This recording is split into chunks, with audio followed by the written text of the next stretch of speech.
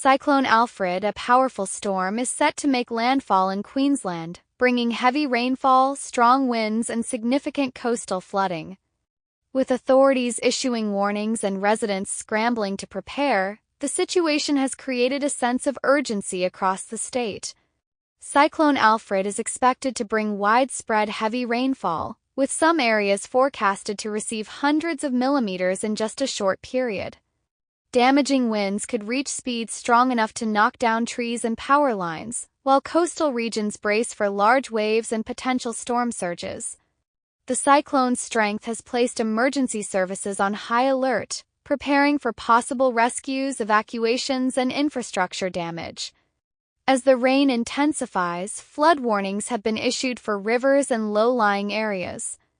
Many residents are taking proactive measures by placing sandbags around their homes and businesses to prevent water from seeping in. Emergency sandbag distribution centers have been set up, with long queues forming as people rush to protect their properties. Floodwaters could cut off roads, leaving some communities isolated, making early preparation essential. Panic buying and supermarket conditions. With the cyclone approaching, supermarkets have seen a surge in shoppers stocking up on essentials. Bread, milk, bottled water, and canned food are flying off the shelves, leaving many stores struggling to restock fast enough. Some residents are purchasing emergency supplies like batteries, candles, and gas bottles in case of prolonged power outages.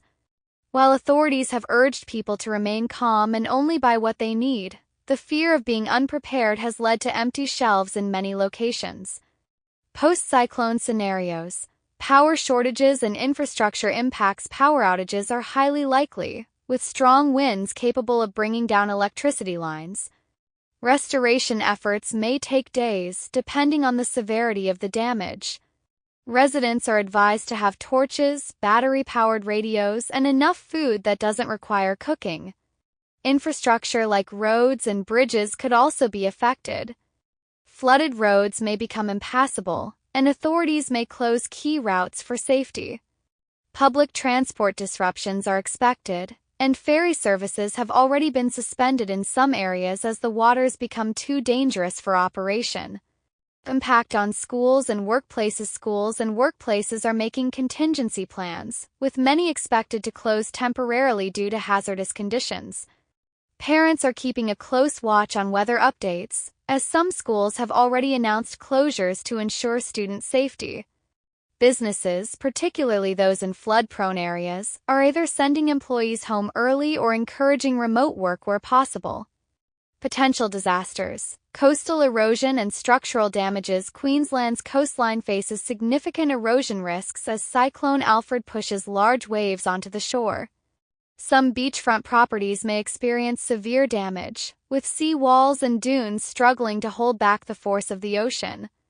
Buildings, particularly older structures, may sustain damage from strong winds and falling debris. Residents in vulnerable areas have been advised to evacuate to safer locations before conditions worsen. Effect on maritime operations. Ships and ferry services. All ferry services along the affected coastlines have been temporarily suspended. Ports have issued warnings to vessels, urging them to secure themselves in safe harbors. Cargo ships are either anchored offshore or have been rerouted to avoid the cyclone's path. Fishing boats and smaller private vessels have been moved to safer waters, as storm surges pose a serious risk to maritime safety. Warnings and staying alert.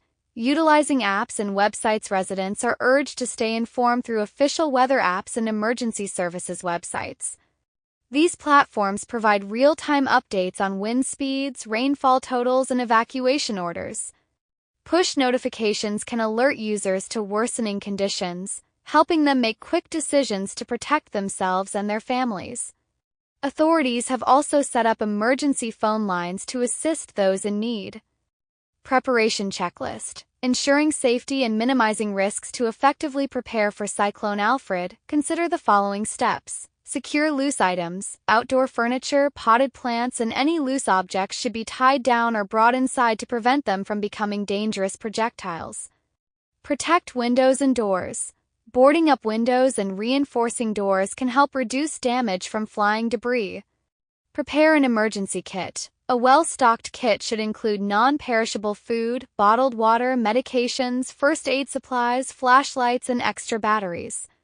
Identify safe shelter. If staying home, ensure you have a secure room without windows where you can take shelter during the worst of the storm. Stay informed. Regularly check weather updates and follow any evacuation orders issued by authorities.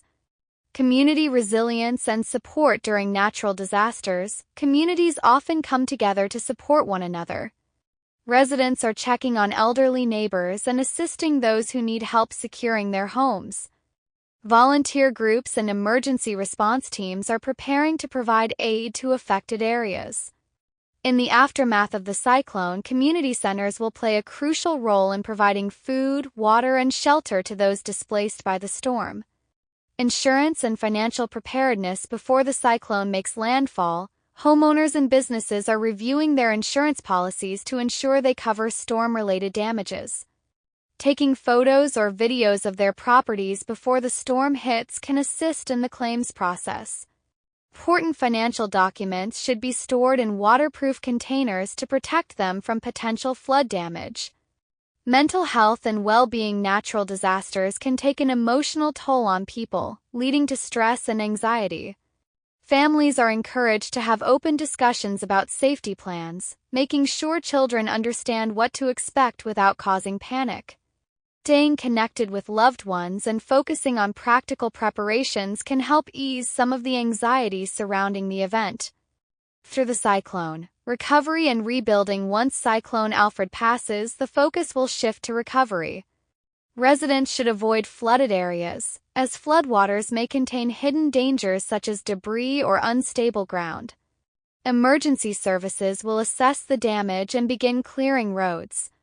Power companies will work to restore electricity, but it could take days in some locations. Those returning to their homes should inspect for structural damage before re-entering.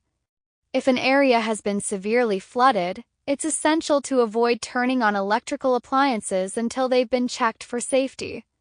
Community support networks will be critical in helping affected residents rebuild and recover.